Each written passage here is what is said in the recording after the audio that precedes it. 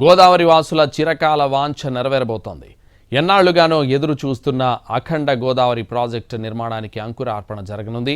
రాజమండ్రి పుష్కర్ ఘాట్ దగ్గర రేపు అఖండ గోదావరి ప్రాజెక్టు నిర్మాణానికి కేంద్ర మంత్రి గజేంద్ర సింగ్ షెకావత్, ఏపీ ఉప ముఖ్యమంత్రి పవన్ కళ్యాణ్ భూమి పూజ చేయనున్నారు. హ్యావ్లాక్ బ్రిడ్జ్ పునఃనిర్మాణం, గోదావరి నదీ తీరంలో పర్యాటక కేంద్రాల ఏర్పాటు, పుష్కరాల రేవు అభివృద్ధి పనులకు శ్రీకారం చుట్టనున్నారు. 2027 గోదావరి పుష్కరాల నాటికి అఖండ గోదావరి ప్రాజెక్టు నిర్మాణ పనులు పూర్తి చేసేలా ప్లాన్ చేశారు. 94,44,00,000 రూపాయల వ్యయంతో చేపడుతున్న అఖండ గోదావరి ప్రాజెక్టుకు సంబంధించిన మరింత సమాచారం రాజమండ్రి నుండి మా ప్రతినిధి శ్రీనివాస్ అందిస్తారు. గోదావరి జిల్లాల వాసులు చిరకాలంగా ఎదురు చూస్తున్న అఖండ గోదావరి ప్రాజెక్టుకు అంకురార్పణ జరగనున్నది. రేపు ఉదయం ఈ నిర్మాణానికి సంబంధించి శంకుస్థాపన నిర్వహిస్తున్నారు. అయితే దీంతో తన పనులను తర్వాత ప్రారంభిస్తున్నారు.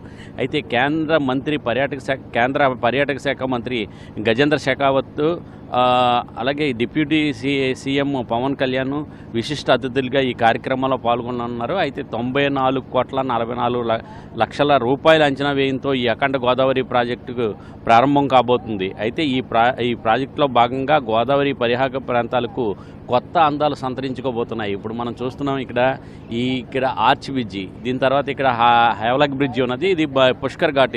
ఈ పుష్కర్ ఘాట్ను కూడా అందంగా తీర్చిదిద్దడానికి ప్రత్యేకమైన ఏర్పాట్లు జరుగుతున్నది. దీనిలో భాగంగా హ్యావ్లాక్ వంతెన పునర్నిర్మాణ కార్యక్రమం, అలాగే ఆధ్యాత్మిక కేంద్రంగా పుష్కర్ ఘాట్ అభివృద్ధి, గోదావరికి నిత్యహారతి, ఎక్స్పీరియన్స్ సెంటర్లు, అలాగే కడియం నర్సరీ పర్యాటక కేంద్రంగా బిజ్జిలంక, నిడదోల్లోని ప్రఖ్యాత కోట సత్యం ఆలయానికి సరికొత్త శోభ వంటి పర్యాటక అభివృద్ధి కార్యక్రమాలు జరగబోతున్నాయి. అయితే వీటికి ఇప్పటికే పుష్కర్ ఘాట్ అభివృద్ధికి సంబంధించి టెండర్ల ప్రక్రియ కూడా పూర్తి అయింది.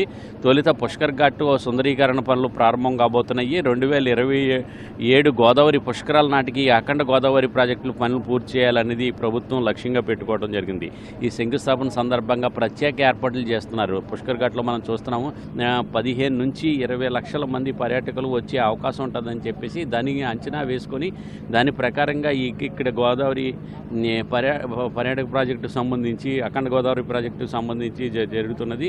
అలాగే గోదావరి తీరంలోని పర్యాటక శోభ ఈసారి ఖచ్చితంగా నెరవేరుతుందనేది ఈ ప్రాంత ప్రజలు విశ్వసించడం జరుగుతున్నది. పుష్కర్ ఘాట్లోని గోదావరి హారతికి పవిత్ర స్థానాలకు ఉపయోగించాల్సి ఉన్నప్పటికీ కూడా ఇప్పటి వరకు కూడా కేవలం స్నానాలు చేసేందుకు మాత్రమే ఉపయోగపడుతుంది. ఇక్కడ ఎలాంటి ఆధ్యాత్మిక వాతావరణం లేదనే చెప్పాలి. అయితే అఖండ గోదావరి ప్రాజెక్టు అమలైతే అనంతరం ప్రపంచ స్థాయి వసతులు కూడా కల్పించి ఆధ్యాత్మిక వాతావరణం కూడా కల్పించాలని చెప్పేసి టూరిజం శాఖ ప్లాన్ చేస్తుంది. ఈ ఏడాది పొడవునా కూడా యాత్రికులు పుష్కర్ ఘాట్లో స్నానమాచరించేలా ఏర్పాట్లు కూడా చేయడం జరుగుతుంది. ఈ అఖండ గోదావరి ప్రాజెక్టు అమల్లోకి వచ్చినట్లయితే గోదావరి నదీ పరివాహక ప్రాంతంలోని అన్నీ కూడా కొత్త అందాలను సంతరించుకోబోతున్నాయి.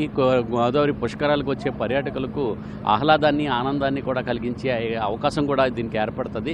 ఎన్నో ఏళ్లుగా ఈ ప్రాజెక్టు నిర్మాణానికి సంబంధించి పెండింగ్ పడుతూ ఉన్నది. గతంలో చిరంజీవి కూడా దీనికి ప్రాజెక్టు నిర్మాణానికి సంబంధించి నిధులు ఇచ్చినప్పటికీ కూడా అప్పుడు అంకురార్పణ జరగలేదు. అయితే ఇప్పుడు చూసినట్లయితే దీనికి ప్రత్యేకంగా గోదావరి పుష్కరాల నేపథ్యంలో ఇప్పుడు 2 ఏళ్ల ముందుగానే ఈ అఖండ గోదావరి ప్రాజెక్టు పనులు అనేది ఇప్పుడు ప్రారంభించడం జరుగుతున్నది. 2 ఏళ్లలో ఈ పనులను మొత్తం పూర్తి చేసి పర్యాటకులకు అందుబాటులో తీసుకొచ్చే విధంగా ప్రభుత్వం లక్ష్యంగా నిర్ణయించుకొని పనులు కూడా మొదలు పెట్టనున్నది.